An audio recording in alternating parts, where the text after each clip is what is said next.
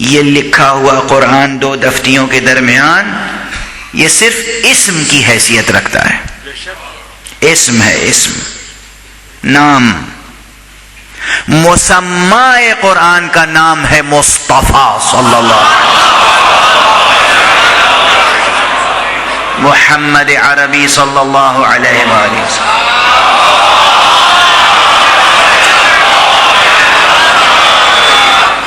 مسمى قرآن. اسم اور مسمى کی بحث ذہن نشین ہوگی آپ کے،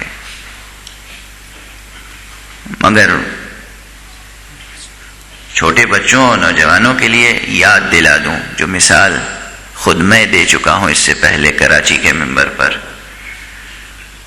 کئی برس پہلے. البتہ وہ مثال یہ تھی کہ اس مجلس کا آپ نے اعلان کیا، یہ مجلس فلاں صاحب پڑھیں گے، میرا نام لکھ دیا آپ نے. جب وہ لکھا ہوا نام لوگوں نے پڑھا تو ان کے ذہن میں میرا تصور آ گیا.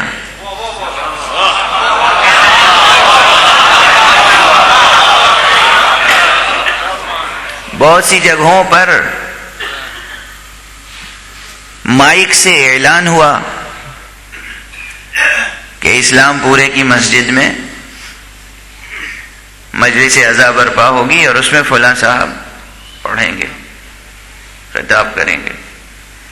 سن کر بھی میرا نام بولا گیا اور آپ نے سنا، اور سن کر بھی میرا ایک تصور، خطیب کا ایک تصور آپ کے ذہنوں میں آ گیا. یہ لکھا ہوا جو نام ہے میرا، کتنا ہی حسین لکھا ہو، کتنا ہی خوبصورت لکھا ہو، کتنا ہی بڑا جلی حرفوں میں لکھا ہو، کتنا ہی سنہرے حرفوں میں لکھا ہو، اسے لا کر آپ ممبر پہ رکھ دیں،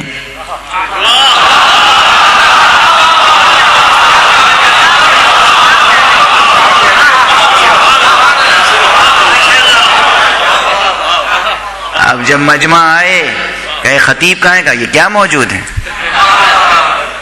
صاحب یہ خطیب نہیں ہے، خطیب کا نام ہے.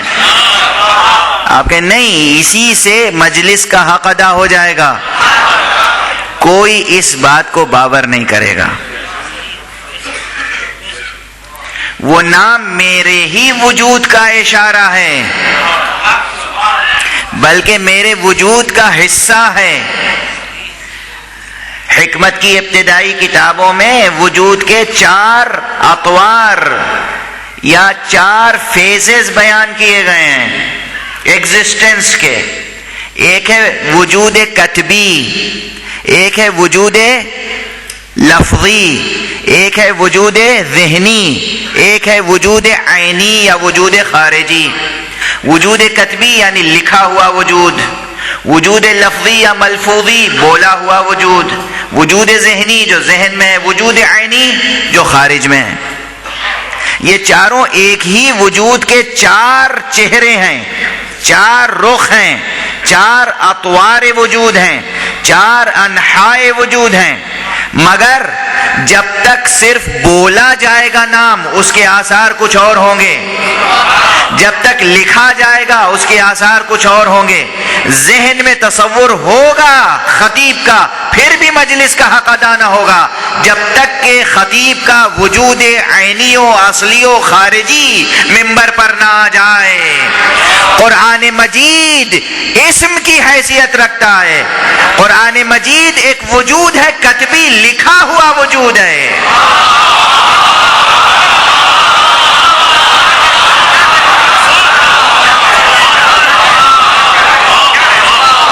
قرآن مجید لکھا ہوا ایک وجود ہے جو حافظوں کی زبان پر ہے، قاریوں کی زبان پر ہے. وہ ایک وجود ہے، وجود ملفوظی یا وجود لفظی، بولا جا رہا ہے قرآن. وہ جو حافظوں کے ذہنوں میں ہے وہ ہے قرآن مجید کا وجود ذہنی. یہ تینوں وجود مل کر درد ملت کا مداوا نہیں کر سکتے جب تک کہ وجود عینی قرآن کا نہ مل جائے.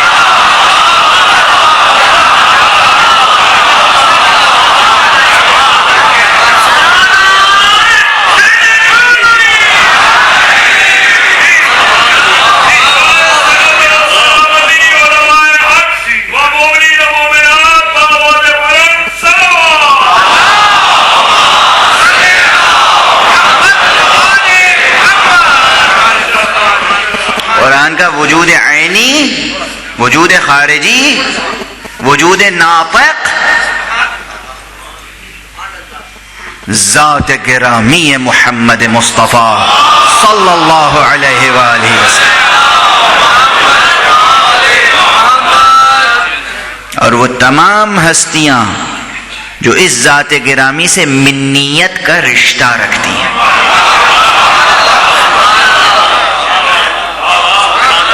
جس کو مصطفیٰ کہہ دیں کہ یہ منی، مجھ سے ہے، اگر مصطفیٰ صلی اللہ علیہ وآلہ وسلم یہ فرما دیں کہ علی منی وانا منہ، تو پھر علی بھی وجود عینی قرآن ہے. مصطفیٰ کہہ دے فاطمہ بضعۃ منی، فاطمہ میرا جزو ہے، فاطمہ بھی وجود عینی قرآن ہے. اگر مصطفیٰ فرما دے حسن منی، تو حسن بھی وجود عینی قرآن ہے. اگر مصطفیٰ کہہ دے حسین منی، تو حسین بھی وجود عینی قرآن ہے. اسی لیے ہم ان وجودات مقدسہ کو قرآن ناطق کہتے ہیں.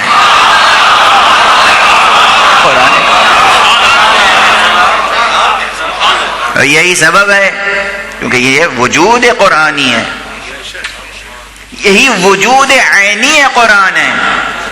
تو کوئی آیت کہیں سے بھی پڑھیے، ان کے ذکر سے وابستہ ہے. کہیں سے قرآن پڑھیے، وہ قرآن نہیں ہے، وہ ذکر محمد و آل محمد.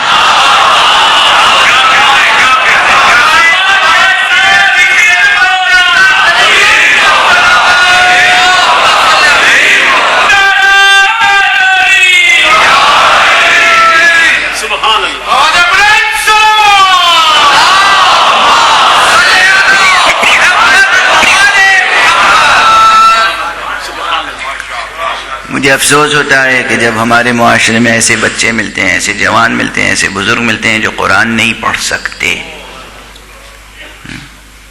کیسی محرومی سی محرومی ہے. کلام خالق، کلام رازق، مالک کا کلام پڑھنے کا دل نہیں چاہتا. کیسی محرومی سی محرومی. عشق ہونا چاہیے قرآن سے. قرآن پڑھیں گے تو یاد خدا بھی قائم رہے گی، یاد مصطفیٰ بھی قائم رہے گی، یاد اہل بیت مصطفیٰ بھی قائم رہے گی. اور جب قرآن مضبوطی سے پکڑے رہیں گے اور قرآن کے حوالے سے خدا، قرآن کے حوالے سے نبی، قرآن کے حوالے سے اہل بیت نبی کو پہچانیں گے، تو کبھی کوئی گمراہ کرنے والا کامیاب نہیں ہو سکے گا.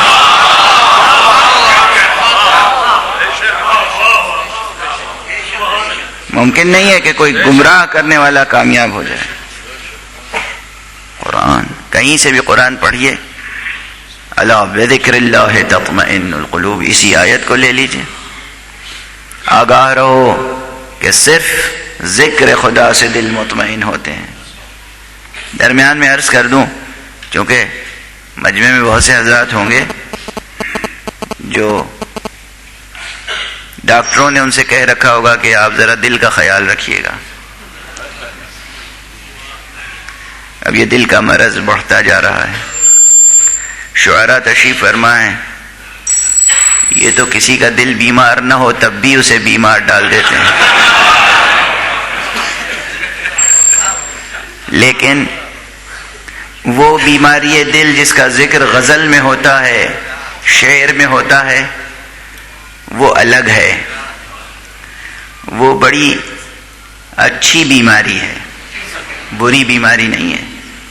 آزار محبت وہ آزار ہے جس کے لیے انسان پیدا ہوا ہے.